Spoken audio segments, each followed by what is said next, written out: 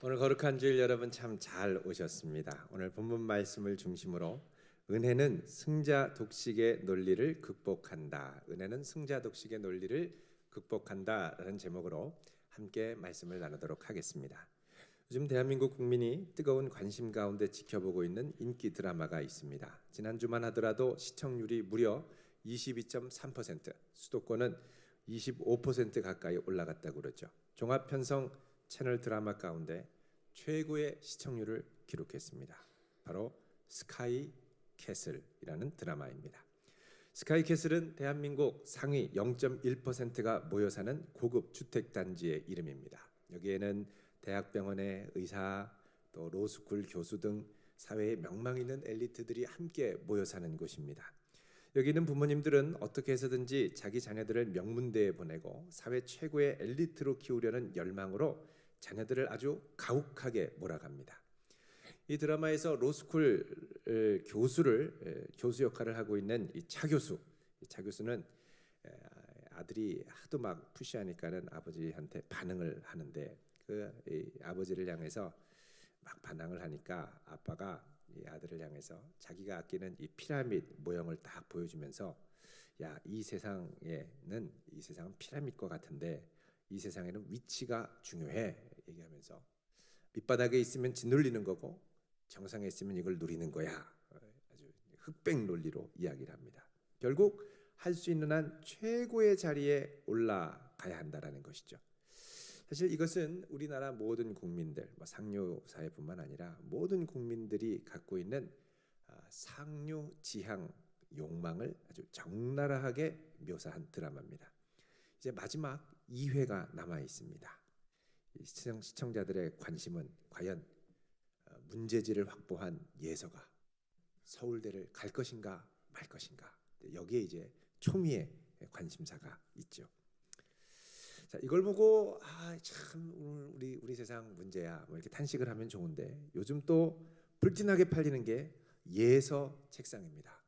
예수 책상이 아니고 예서 책상. 뭐냐면 1인 독서실이죠. 큐브 형태로 이렇게 돼서 그 1인 가정 무슨 사우나처럼 딱 문 열고 들어가면 박스처럼 딱 들어가서 거기에 밀폐된 공간에서 독서실 분위기로 공부할 수 있도록, 이게 몇백만 원을 호가하는데 스카이 캐슬에 나온 이후로 주문량이 폭주해서 지금 주문해도 45일 이상을 기다려야 한다고 합니다. 올해 들어서 우리나라 사회를 각자 도생의 사회다 이렇게 묘사하는 경우가 부쩍 늘었습니다. 이게 무슨 말입니까? 우리나라에서 살아남기 위해서는 누구도 신뢰하지 말고 각자 알아서 살 길을 찾아 나서야 한다는 것입니다. 이런 각자 도생의 사회에서의 이 생존 논리는 누구도 신뢰하지 않고 서로를 받고 올라가는 것만이 있습니다. 스카이 캐슬에서 보여주는 논리와 똑같죠. 근데 이런 분위기는 앞으로 시간이 갈수록 더 치열해질 가능성이 큽니다. 왜냐하면 이제 우리나라뿐만 아니라 전 세계는 팽창하고 번영하던 시대가 종언을 고하고 이제 5년 안에 수축 사회로 접어들 수 있을 가능성이 아주 크기 때문입니다. 증권계의 미래학자로 평가받는 홍성국 전 미래에셋 대표가 얼마 전에 이런 미래의 분석을 담아서 수축사회라는 책을 냈습니다.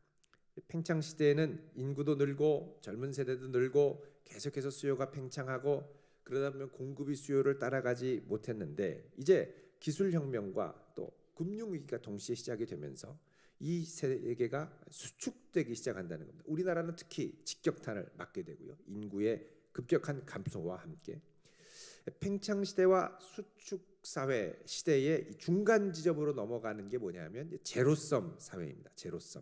제로섬 게임 아마 들어보셨을 겁니다. 상대방이 누군가가 손실을 봐야 내가 이익이 되는 겁니다. 자, 이랬던 제로섬도 수축 시대로 들어가면서 정상적으로 작동하지 않고 전반적으로 점차적으로 위축되어가는 심각한 시대가 올 수 있다는 것입니다. 자, 여러분 생각해 보십시오. 회사 구내식당에 갔는데 점심에 스테이크 특식이 나왔습니다.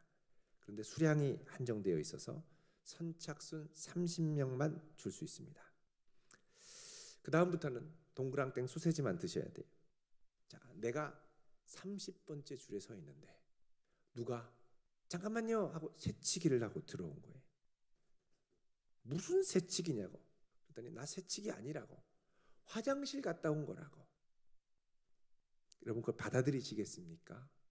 그래도 이 자리에 있어야지 하고 싸우시겠습니까? 대부분 싸우십니다. 그럼 우리가 한정된 것을 놓고 치열하게 경쟁할 때는 아주 이게 밀고 당기는 게 팽팽하고 짓밟고 짓밟히지 않으려고 하는 것이 아주 치열합니다. 여러분 이렇게 독하게 나의 경쟁자와 적을 밀어내고 또 밟으려고 하는 이유가 무엇입니까? 물론 차지하지 못하면 안 된다라는 절박함도 있지만 그 근저에는 두려움이 있습니다. 제한된 기회, 제한된 자리, 제한된 스테이크를 먹지 못하면 내 거는 없다, 이런 두려움이 있는 겁니다. 그리고 그 두려움 끝에는 이 기회를 잡지 못하면, 이 자리를 차지하지 못하면, 이 스테이크를 차지하지 못하면 내 인생은 끝장이고 패배고 루저고, 이런 절망감과 사회에서 나를 어떻게 볼까 하는 비난에 대한 두려움과 공포감이 자리하고 있다는 겁니다. 그래서 내가 나중에 피눈물을 흘리지 않으려면 다른 사람을 짓밟고 그의 피눈물을 봐야 짓밟히지 않는다라는 생각이 있다라는 것입니다. 오늘 본문에 보면 이것과 좀 비슷한 분위기가 감지되고 있습니다. 오늘 본문은 예수님께서 가다라 지방에서 돌아오셔서 다시 가버나움으로 돌아오시죠. 수많은 사람들이 예수님 소문을 듣고 밀려오고 있습니다. 그런데 이 와중에 회당장 야이로가 예수님을 찾아와서 그 발 아래 엎드립니다. 그 당시에 회당장이라고 하면 유대인이 예배드리고 말씀을 배웠던 신앙의 중심지인 회당을 관리하고 또 예배 인도를 책임 맡았던 사람입니다. 여기 회당장 중 하나라고 돼 있으니까 회당장, 예배 인도하는 이 회당장은 하나가 아니라 몇몇이 됐었는데, 특히 예수님이 사시던 그 시대 그 지역의 가버나움 회당을 지금도 가면 본당이 적어도 200명 이상이 들어가는 아주 큰 대형 회당이었고, 그 회당 옆에는 교회 학교를 할 수 있는 부속 건물들이 크게 있었습니다. 회당장들이 율법이 적힌 두루마리를 관리하고 필사하고, 이게 상당히 존경받고 덕망 있는 사람들이었죠. 야이로가 바로 이런 사람이었습니다. 여러분, 이런 회당장이 예수님을 볼 때는 어떤 식으로 봐야 되느냐? 여러분 그 당시에 이 서기관과 바리새인들이 이미 예수님을 싫어하고 죽이려고 논의하지 않았습니까? 그러니까 그 당시에 센세이션을 일으켰던 소위 선지자라고 하는 이 예수를 향해서 회당장은 사실상 좀 거리를 두고 중립적인 위치를 차지해야 됩니다. 그런데 이런 회당장이 예수님 앞에 갑자기 와가지고 엎드리고 납작 엎드려서 제발 살려달라고 23절에 보면 간곡히 구하죠. 이럴 정도면 모든 채신이고 뭐고 다 놓고 왔다는 겁니다. 무엇 때문이냐? 바로 그의 어린 딸 때문입니다. 23절에 내 어린 딸이 죽게 되었사오니 오셔서 그 위에 손을 얹으사 그로 구원을 받아 살게 하소서. 그렇죠. 여러분 지금 야이로가 예수님께 간절히 간청하는 것은 사랑하는 딸이 죽게 됐기 때문입니다. 여기서 죽게 되었사오니라는 표현, 원문을 직역하면 종말을 소유하고 있으니 이런 뜻입니다. 종말을 소유한다.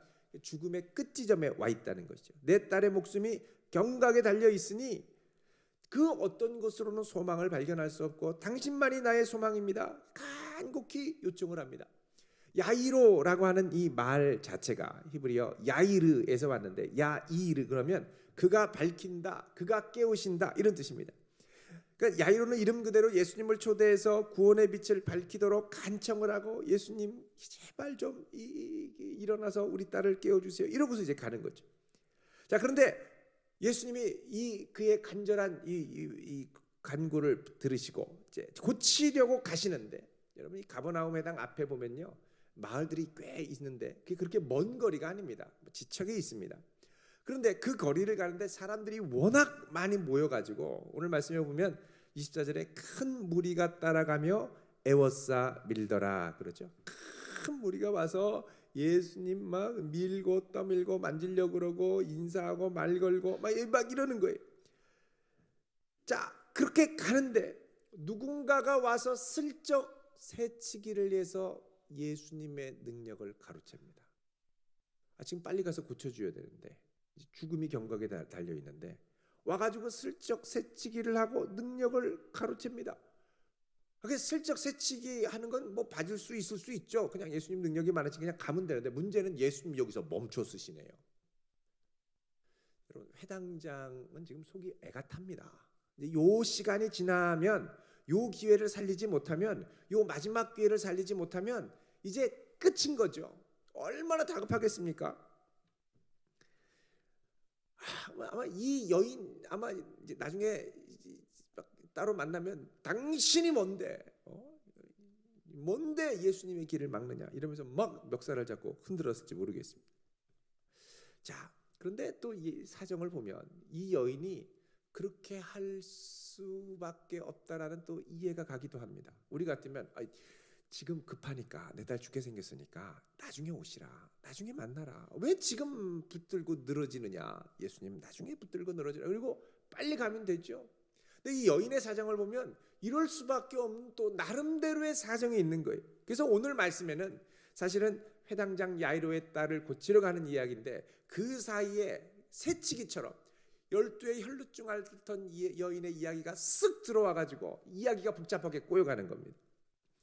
자, 오늘 말씀 25절 26절에 보면 이 혈루증 앓던 여인을 이렇게 소개합니다. 읽어보겠습니다. 시작. 12해를 혈루증으로 앓아온 한 여자가 있어 많은 의사에게 많은 괴로움을 받았고 가진 것도 다 허비하였으되 아무 효험이 없고 도리어 더 중하여졌던 차에. 아멘. 자, 12해를 여러분 1, 2년도 아니고 12년이면 얼마나 힘들겠습니까? 회당장 야이로의 딸이 12살이었는데 이 딸이 자란 만큼 고통을 받은 거예요. 엄청 힘들었죠. 자, 그런데 혈루증으로 앓았다고 합니다. 이 혈루증은 부인과 질병입니다. 계속해서 하혈이 나오고 또 생식기를 통해서 좋지 않은 분비물이 나오고, 이게 12년 동안 계속됐다면 정말 힘들고 지쳤을 겁니다.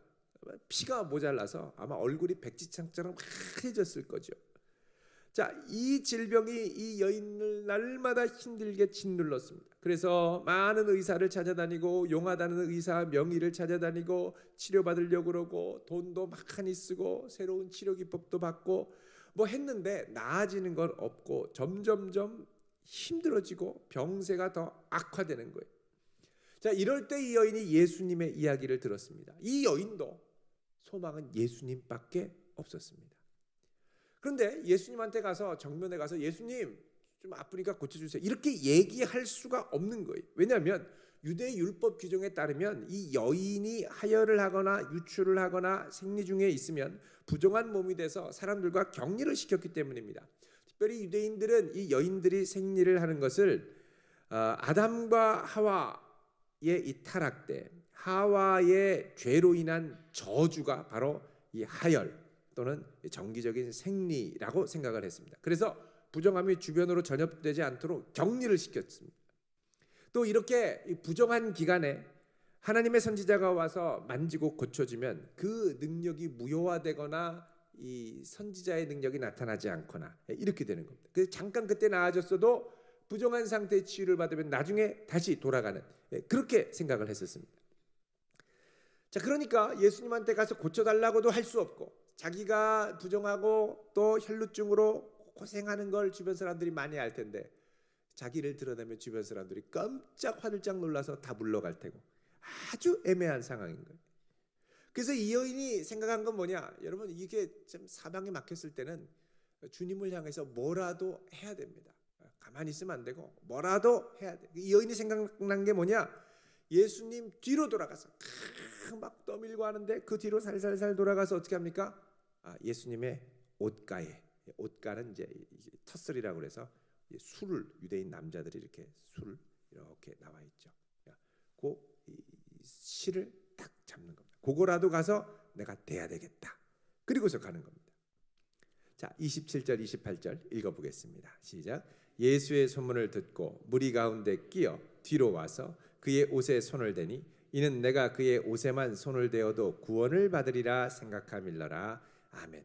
자, 사람들 앞에 나설 용기는 없었고 그러나 내가 예수님 옷자락만이라도 만져야지. 그리고서는 막 사람들 서로 막 밀치고 하는데 이 여인은 뒤로 살살살살 돌아가 가지고 딱 만진 겁니다. 근데 딱 만지는 순간 뭔가 이상한 변화를 몸에서 느끼는 거죠. 예수님의 그 치유의 능력이 자기의 몸을 타고 들어와서 혈루의 근원이 마르고 정상적으로 몸이 좋아진 것을 단번에 느끼게 됩니다. 그래서 29절에 이에 그의 혈루 근원이 곧 마름에 병이 나온 줄을 몸에 깨달았다 그러죠. 자, 여러분 조용히 왔다가 살짝 떼고 싹 났습니다. 엄청난 모험을 감수했죠. 자, 그럼 이제 남은 건 뭡니까? 이제는 조용히 사라질 일만 남았습니다.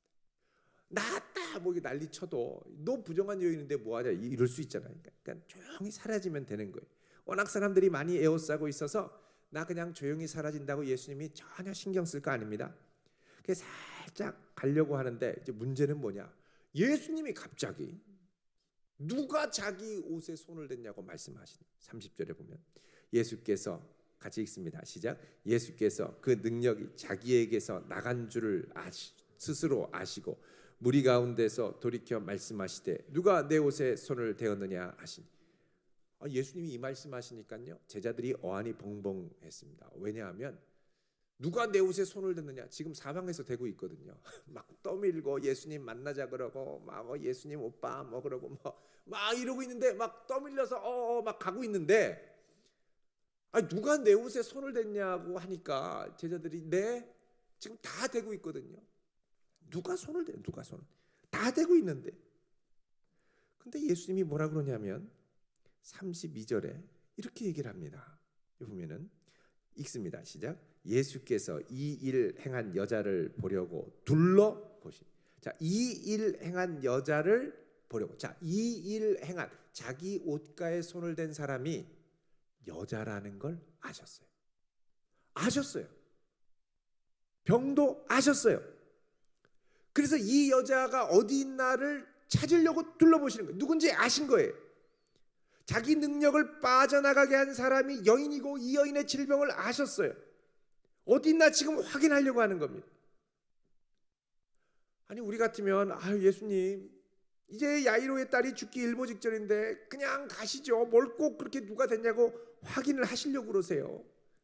누가 새치기 했나 보죠. 그냥 가시죠. 이럴 거란 말이죠. 근데 예수님은 거기서 움직이지 않고 누가 그랬냐는 거예요. 누가 그랬냐는 거예요. 확인해야 되겠다는 거예요. 여러분 우리처럼 빨리빨리에 익숙하고 이거 지나면 큰일 나 뭐 그러면요 일단 나중에 찾고 일단 빨리 가자고 할 거예요. 제자들 시키고 빨리 가자고 할 거예요. 왜냐면 이제 안 가면 이제 기회가 날아가거든요. 제로섬 게임입니다. 은혜 받는 것도 제로섬인 거예요. 못 받으면 죽는 거예요. 다른 한편으로 우리는 왜 예수님이 이렇게 이 여인을 애타게 찾으셨을까? 뭐가 중요하다고 이렇게 여인을 찾으셨을까를 생각하게 됩니다. 이 모습은 마치 역대하 16장 9절의 말씀을 생각나게 합니다. 여러분 다 아시는 말씀입니다. 여호와의 눈은 온 땅을 두루 감찰하사 전심으로 자기에게 향하는 자들을 위하여 능력을 베푸시나니. 그러니까 전심으로 나를 향한 사람, 하나님을 향하여 바라보는 사람들을 찾으시고 아시고 능력을 베푸시는 하나님이라는 겁니다. 근데 예수님께서 지금 막 무리한테 떠밀려 가면서 이 전심으로 자기에게 믿음으로 향하는 한 여인을 보신 거예요. 아신 거예요. 만진 걸 아신 거예요. 예수님이 능력을 허락할 틈도 없이 그 믿음이 예수님의 능력을 끌어당긴 겁니다. 그러니 예수님의 관심을 가질 수밖에 없죠. 누구냐는 거예요. 다들 막 웅성웅성하고 왜 그러시냐고 그냥 가시라고 아니라는 거예요. 꼭 찾아야 되겠다는 거예요. 그러니까 할 수 없이 이 여인이 나타납니다. 33절에 보면 여자가 자기에게 이루어진 일을 알고 두려워하여 나았어요. 떨며 예수님께 왔습니다. 그 앞에 엎드려 모든 사실을 여쭈니. 자, 떨며 왔다라는 건 내가 부정한 상태로 만졌다라는 걸 알면 치유의 능력이 취소될 수 있다라는 두려움을 포함합니다. 벌벌 떨면서 온 거예요. 그러자 예수님이 뭐라 그러냐면 34절에 읽습니다. 시작. 예수께서 이르시되 딸아 내 믿음이 너를 구원하였으니 평안히 가라. 내 병에서 놓여 건강할지어다. 아멘. 자, 예수님이 뭐라 그러냐? 내 믿음이 너를 구원하였다. 평안히 가라. 내 병에서 놓여 건강할지어다. 여러분 이런 은혜가 우리에게 있기를 축원드립니다. 내 믿음이 너를 구원하였다라는 말은 예수님 당시에 제자 공동체와 또 초대교회 때 세례 공식 구문으로 사용되었던 표현입니다. 그러니까 이 말은 뭐냐면 너를 예수님의 제자 공동체의 일원으로 받아주겠다는 거예요. 그러니까 이 말씀은 이 여인이 혼자만 갖고 있던 이 소중한 믿음을 그냥 혼자 갖고 있다 끝나는 게 아니라 공동체 앞에 고백하고 인정받고 공동체 안에 들어오게 한다라는 것을 의미합니다. 여기서 우리는 예수님이 멈추어 서신 중요한 이유를 발견할 수 있습니다. 우리의 신앙생활은 나 혼자만 하는 게 아니라 공적으로 주님 앞에 인정을 받고 믿음의 공동체 안에서 인증을 받고 또 신앙생활을 지도받는 것이 중요한 부분이기 때문입니다. 우리의 신앙생활은 결코 혼자 하는 것이 아닙니다. 그럴 것 같으면 혼자 저 기도원에 가서 혼자 기도하고 주일에 혼자 예배드리면 됐죠. 근데 주님은 우리의 신앙생활에서 믿음의 행동들이 공적으로 인증받고 또 공동체의 인도를 따라가야 할 것임을 말씀하고 그의 교회, 몸된 공동체를 세우셨습니다. 그러니까 내 행동도 공동체의 인증을 받고 지도를 받아야 됩니다. 지도를 받기를 싫어하고 나는 나 혼자 알아서 한다. 이게 건강한 태도가 아니라는 겁니다. 자, 이 여인은 두렵고 떨리는 마음으로 사실 이 자기의 행동이 정당화될 수 있는지 없는지도 확신할 수 없는 상태에서 인증을 받았습니다. 자, 이게 이 여인 개인의 삶에서는 장차 너무나도 중요한 부분이 될 것임을 아셨기 때문에 예수님은 멈춰서셨습니다. 그리고 이 여인을 앞으로 예수님의 제자 공동체 안으로 편입시키신 거죠. 자, 이렇게 하고 나는데 문제는 뭐냐? 제사 야이로, 회당장 야이로의 딸이 거의 다 죽은 거예요. 아이 죽은 겁니다. 아니나 다를까 와 보니까 죽었습니다. 35절에 보면 읽어보겠습니다. 시작. 아직 예수께서 말씀하실 때 회당장의 집에서 사람들이 와서 회당장에게 이르되 당신의 딸이 죽었나이다. 어찌하여 선생을 더 괴롭게 하나이까? 아멘. 여러분, 그 당시 안식일의 규정 중에 하나가 800m 이상을 걷지 못하게 되어 있기 때문에 웬만한 마을에서 회당을 갈 때는 그 회당을 중심으로 반경이 800m 전으로 되어 있습니다. 작은 마을들, 보통 웬만한 마을들은. 그러니까 다른 말로 하면 예수님이 가버나움 회당에서 나와서 회당장 야이로의 집까지 가는데 몇백 미터가 안 된다는 거예요. 근데 그 사이에 와서 사람들이 몰려가지고 붙들고 만지고 예수님 찾고 누구냐 그러고 이거 하다가 그냥 시간 다 간 거죠. 죽었다는 거예요. 죽었다는 거예요. 이 얘기 듣고 아마 아버지의 마음이 피눈물이 났을 겁니다. 그때 이 여인만 나타나지 않았어도 나중에 따로 만나서 이제 좀 복수 좀 했을지 몰라요. 당신이 뭔데 율법을 어겨가면서까지 그렇게 와서 굳이 그 시간에 그래야 됐냐는 거죠. 내 딸 죽는데. 힘듭니다. 근데요, 예수님께서 뭐라 그러냐면 36절에 같이 읽어보겠습니다. 시작. 예수께서 그 하는 말을 곁에서 들으시고 두려워 말고 믿기만 하라. 두려워 말고 뭐 하라고요? 믿기만 하라는 거예요. 이 말씀은 뭐냐 하면 하나님 나라의 은혜의 논리는, 하나님 나라의 원리는 이 세상에서 통하는 제로섬의 원리가 아니라는 겁니다. 누군가가 그 은혜를 가로채면 다른 사람이 차지 못하는 제한된 제로섬 게임이 아니라는 거예요. 누군가가 차지할 수 있지만 그 사람이 그거를 차지하도록 허용하고 허락하고 인정하면 이걸 통해 더 큰 은혜를 경험할 수 있도록 하나님이 은혜를 부어주신다는 겁니다. 이런 주님을 믿는 데까지 나아가고 이런 주님을 신뢰하는 공동체가 될 때 우리는 그 안에서 더 큰 은혜를, 흘러넘치는 은혜를 경험할 수 있게 된다는 것이죠. 자, 그래서 예수님이 들어가니까 사람들이 울며 38절에 통곡함을 보셨다고 그랬죠. 그 당시에는 전문 울음꾼들이 있었습니다. 장례나면 울음꾼들 준비했다가 와서 피리 불며 아이고 아이고 하고 크게 울고, 그래서 이제 가족들이 충분히 애도하며 슬픔을 표현할 수 있도록 했었죠. 뭐 사람들이 막 울고 막 이러니까 예수님이 아니다, 이 아이가 죽지 않고 잤다 그러시죠. 그러면 이제 울음꾼들 돌아가야 되지 않습니까? 예수님을 아주 비웃었습니다. 그래서 예수님이 믿음 없는 사람들은 다 밖으로, 그리고 예수님을 정말 신뢰하고 따라오는 베드로, 야고보, 요한 딱 세 사람을 데리고 데려왔습니다. 이게 사실은 이 세 사람이 예수님께서 변화산 산상에서 장차 부활하실 변화의 몸으로 나타날 때도 함께 갔던 제자들입니다. 다른 말로 하면 이 제자들은 예수님이 장차 부활의 주님이 되실 것을 이때부터 예표적으로 자꾸 보고 있는 겁니다.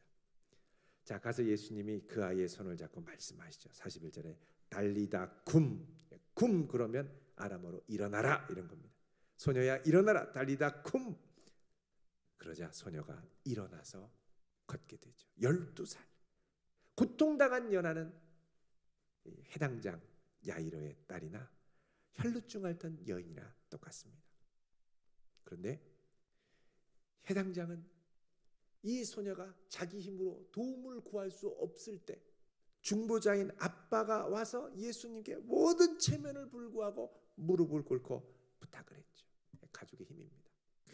간절히 예수님께. 혈루증 앓던 여인은 사회적인 명망이 있는 것도 아니고 가진 것도 없고, 그런데 어떻게 합니까? 믿음으로, 자기 믿음으로 가서 감히 사람들 앞에 드러내지 못하고 몰래 가서 만졌죠. 어찌 됐든 간에 정상적인 방법으로는 예수님을 만질 수 없는 사람들입니다.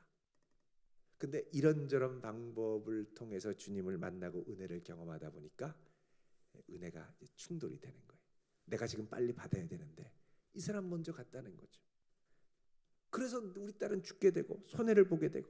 그런데 하나님 나라의 원리는 그렇게 해서 누군가가 못 받는 게 아니라 그걸 통해 더 큰 영광과 은혜와 능력이 드러난다는 겁니다. 그래서 결국은 이 소녀가 어떻게 됩니까? 죽음에서 일어나며 예수님의 부활의 전조가 되죠. 그럼 우리 삶에 손해가 일어날 때가 있습니다. 우리가 이 약육강식과 승자독식의 경쟁 사회를 살기 때문에 우리에게 손해가 조금이라도 있으면 상당히 마음이 아립니다. 쓰라려요. 그리고 당신이 나한테 이렇게 해? 당신도 어디 두고 보자. 이렇게 되는 거예요. 나한테 피눈물이 나게 해? 당신 눈에도 언젠가 피눈물이 고일 거야. 이런 생각을 하게 돼요. 근데 여러분, 성도는 이 논리를 극복해 나갈 수 있어야 됩니다. 이걸 뛰어넘게 하는 게 주님의 은혜입니다. 이걸 넘게 하는 하나님 나라의 원리 가운데 우리가 살도록 부름을 받았습니다. 믿음으로 가고 이 어려움과 아픔이 때가 되면 아름다운 보석으로 바뀌리라. 주께서 변화시키리라. 여러분 신뢰하며 그 자리에 무릎을 꿇고 하나님 나라가 임할 수 있기를 기도할 수 있기를 바랍니다.